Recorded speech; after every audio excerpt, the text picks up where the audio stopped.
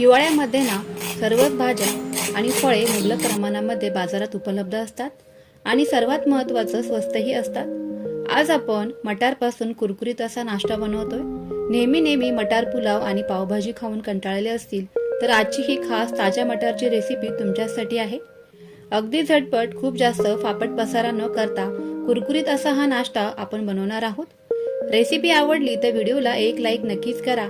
त्याचबरोबर चॅनलवर नवीन असाल तर चॅनलला जरूर सबस्क्राईब करा। चला तर मग फ्रेंड्स, पटकन वेळ न घालवता रेसिपीला सुरुवात करूया। सर्वात आधी तर ना इथे आपण मटारपासूनचं एक वाटण तयार करतोय। तर त्यासाठी इथे मी ताजे असे मस्त मटार सोलून धुवून घेतलेले आहेत, कोथिंबीर घेतलेली आहे, त्यानंतर लसूण, आलू आणि हिरवी मिरची आपल्याला घ्यायची आहे आणि हे सर्व साहित्य मिक्सरमध्ये याची बारीकसर अशी पेस्ट आपल्याला इथे बनवायची आहे। अगदी थोडंसं पाणी घालून आपल्याला सरसरीत असं हे बॅटर इथे वाटणाचं तयार करून घ्यायचंय। परफेक्ट अगदी याच पद्धतीने खूप जास्त आपल्याला पातळही नाही बनवायचं आणि खूप जास्त दाटसरही हे बॅटर ठेवायचं नाही। अगदी याच पद्धतीने आपल्याला हे जे मटारचं वाटण आहे ना ते मिक्सरमध्ये बनवून घ्यायचं आहे। त्यानंतर इथे आपल्याला 1 वाटी जाड रवा घालायचा आहे। आता आजचा हा नाश्ता बनवतोय ना आपण, तर 2 ते 3 जण आरामशीर हा नाश्ता खाऊ शकतात। तुमच्याकडे जर का जास्त मेंबर असतील तर तुम्ही इथे रव्याचं प्रमाण किंवा मटारचं प्रमाण वाढवायचं आहे। त्यानंतर यामध्ये भाजलेली जिरा पावडर घालायची आहे आणि मीठ घालायचं आहे चवीपुरतं आणि हे सर्व साहित्य चमच्याने मिक्स करून घ्यायचंय। यामध्ये एक्स्ट्राचं पाणी वगैरे आत्ताच घालायचं नाही। जितका मटारमध्ये ओलावा आहे ना त्याच आपल्याला ओलाव्यामध्ये हा जो रवा आहे तो भिजवून घ्यायचा आहे।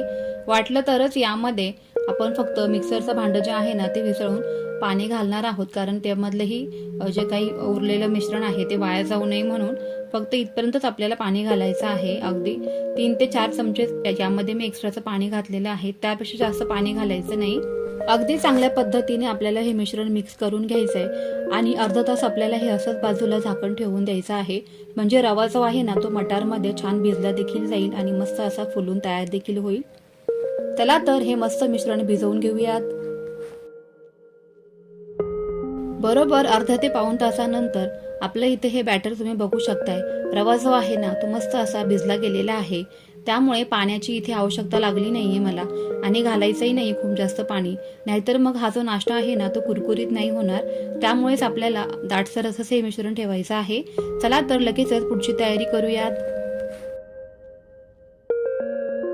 हा रव्याचा नाश्ता बनवण्यासाठी इथे मी नॉनस्टिकचा पॅन घेतलेला आहे आणि त्यावरती अगदी अर्धा ते 1 चमचा तेल किंवा तूप घालायचं आहे आणि मस्त असा हा जो तवा आहे ना तर तो ग्रीस करून घ्यायचा आहे आपल्याला। आता इथे माझ्याकडे या पद्धतीचा पॅन आहे, त्यामुळे मी डिझाईन छान येईल म्हणून हा पॅन इथे वापरत आहे। पण तुमच्याकडे जर का असा पॅन नसेल तर तुम्ही साधाच एखादा नॉनस्टिकचा पॅन वापरू शकता। आता आपण जे बॅटर बनवलेलं ना तर ते पॅनवरती या पद्धतीने पसरवून घ्यायचं आहे। खूप जास्त जाड थर न बनवता अगदीच आपल्याला एकसारखं असं हे बॅटर, ज्या पद्धतीने ब्रेडचा आकार असतो ना त्याच पद्धतीने आपल्याला, म्हणजे त्या जाडीचा आपल्याला इथे थर बनवायचा आहे। तुम्ही जर का तव्यावरती हा नाश्ता बनवणार असाल तर तुम्ही गोलाकार शेप देऊ शकता किंवा मग चौकोनी आकारही देऊ शकता। चमच्याच्या मदतीने अगदी मी दाखवते ना त्याच पद्धतीने हे जे बॅटर आहे ते पॅनवरती पसरवून घ्यायचं आहे। गॅसची फ्लेम सुरुवातीपासून स्लोच ठेवायची आहे, कुठेच गॅस वाढवायचा वगैरे नाही। या पद्धतीने तुम्ही ताज्या मटारचा एकदा नाश्ता बनवूनच बघा। घरचे मंडळीच काय, लहान मुलं देखील अतिशय खुश होऊन जातील। आता हा जो नाश्ता आहे ना तर तो मुलांना तुम्ही सकाळी घाईगडबडीमध्ये टिफिनमध्ये सुद्धा बनवून देऊ शकता। अगदी झटपट तयार होतो, शिवाय कुरकुरीतही होतो। हलकसं चमच्याने यावरून तूप किंवा तेल पसरवून घ्यायचं आहे, म्हणजे हा जो नाश्ता आहे ना तो आणखीनच कुरकुरीत होण्यास मदतच होते।